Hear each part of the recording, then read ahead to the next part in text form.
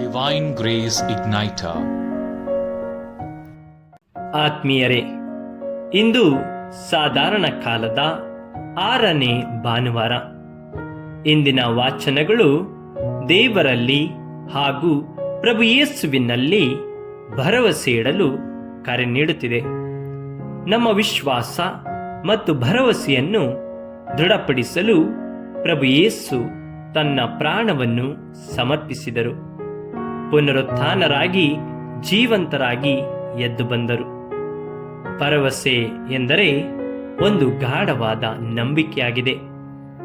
ಇಂದಿನ ಪ್ರಸ್ತುತ ಕಾಲದಲ್ಲಿ ನಾವು ಯಾರನ್ನು ನಂಬುವುದು, ಯಾರಲ್ಲಿ ನಂಬಿಕೆ ಇಡುವುದು ಎಂಬುದು ತೋಚುತ್ತಿಲ್ಲ.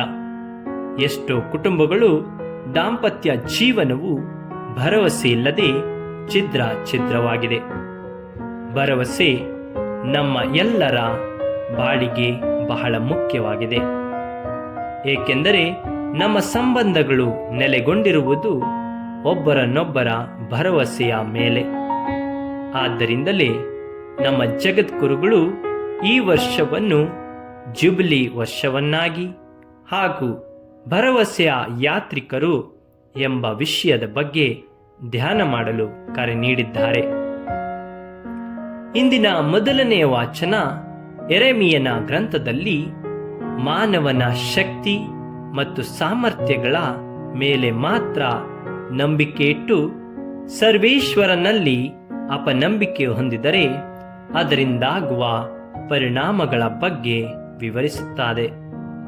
ಯೆರೆಮೀಯನ ಗ್ರಂಥ ಅಧ್ಯಾಯ 17 ವಾಕ್ಯ 5ರಲ್ಲಿ ಮಾನವರಲ್ಲಿ ಮಾತ್ರ ಭರವಸೆ ಇಟ್ಟು ನರ ಜನ್ಮದವರನ್ನೇ ತನ್ನ ಭುಜಬಲವೆಂದುಕೊಂಡು ಸರ್ವೇಶ್ವರನನ್ನೇ ತೊರೆಯುವಂತ ಹೃದಯವುಳ್ಳವನು ಶಾಪಗ್ರಸ್ತನು ಎಂದು ಸರ್ವೇಶ್ವರ ನುಡಿಯುತ್ತಾರೆ. ಇದರಿಂದ ನಮ್ಮ ಜೀವನದ ಅಳಿವು ಉಳಿವು ದೇವರಿಂದಲೇ.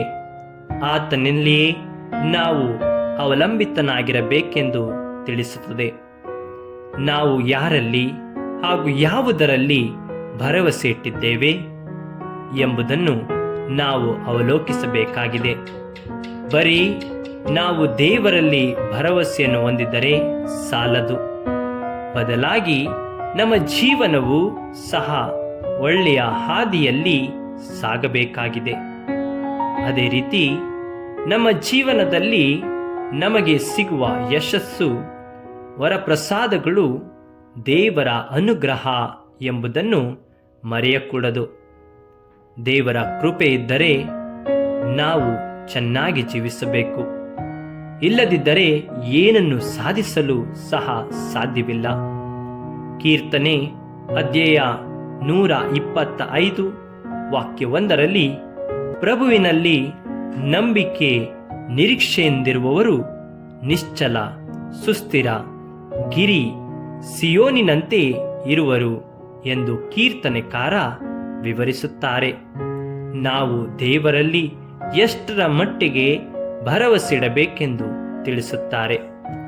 ಇಂದಿನ 2ನೇ ವಾಚನದಲ್ಲಿ ಸಂತ ಪೌಲರು ಸಹ ನಮ್ಮ ಭರವಸೆ ಪ್ರಪಂಚದ ಮೇಲಲ್ಲ ಅಥವಾ ನಮ್ಮ ಪ್ರಯತ್ನಗಳ ಮೇಲಲ್ಲ, ಬದಲಾಗಿ ನಮ್ಮ ಪುನರುತ್ಥಾನರಾದ ಪ್ರಭು ಯೇಸುವಿನಲ್ಲಿ ಭರವಸೆಯನ್ನು ಬಲಪಡಿಸಬೇಕು, ದೃಢವಾಗಿಸಬೇಕೆಂದು ತಿಳಿಸುತ್ತಾರೆ.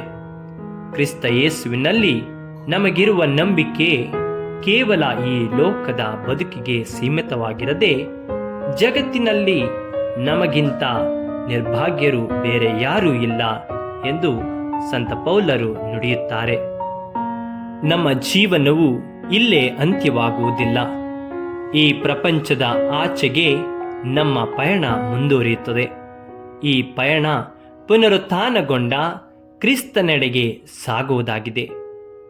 ಈ ಪಯಣದಲ್ಲಿ ಸಾಗಬೇಕಾದರೆ ನಾವು ಕ್ರಿಸ್ತನಲ್ಲಿ ಇಡುವ ಅಚಲ ಭರವಸೆ ಬಹಳ ಮುಖ್ಯವಾಗಿದೆ.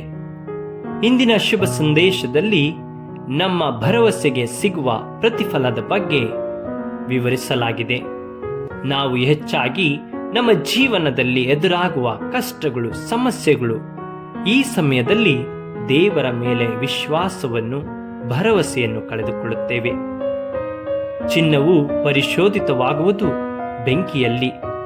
ನಮ್ಮ ವಿಶ್ವಾಸವು, ನಾವು ದೇವರಲ್ಲಿಟ್ಟ ಭರವಸೆ ದೃಢವಾಗುವುದು ನಮ್ಮ ಕಷ್ಟದ ಸಮಯದಲ್ಲಿ, ಶೋಧನೆಗಳ ಸಮಯದಲ್ಲಿ.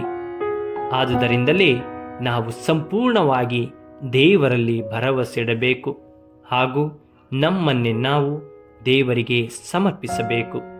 ಕ್ರಿಸ್ತರನ್ನು ಹಿಂಬಾಲಿಸೋಣ, ಭರವಸೆಯ ಯಾತ್ರಿಗಳಾಗೋಣ. ಆಮೇನ್. ಹೆಚ್ಚಿನ ವಿಡಿಯೋಗಳಿಗಾಗಿ ದಯವಿಟ್ಟು ಸಬ್ಸ್ಕ್ರೈಬ್ ಮಾಡಿ ಡಿವೈನ್ ಗ್ರೇಸ್ ಇಗ್ನೈಟರ್.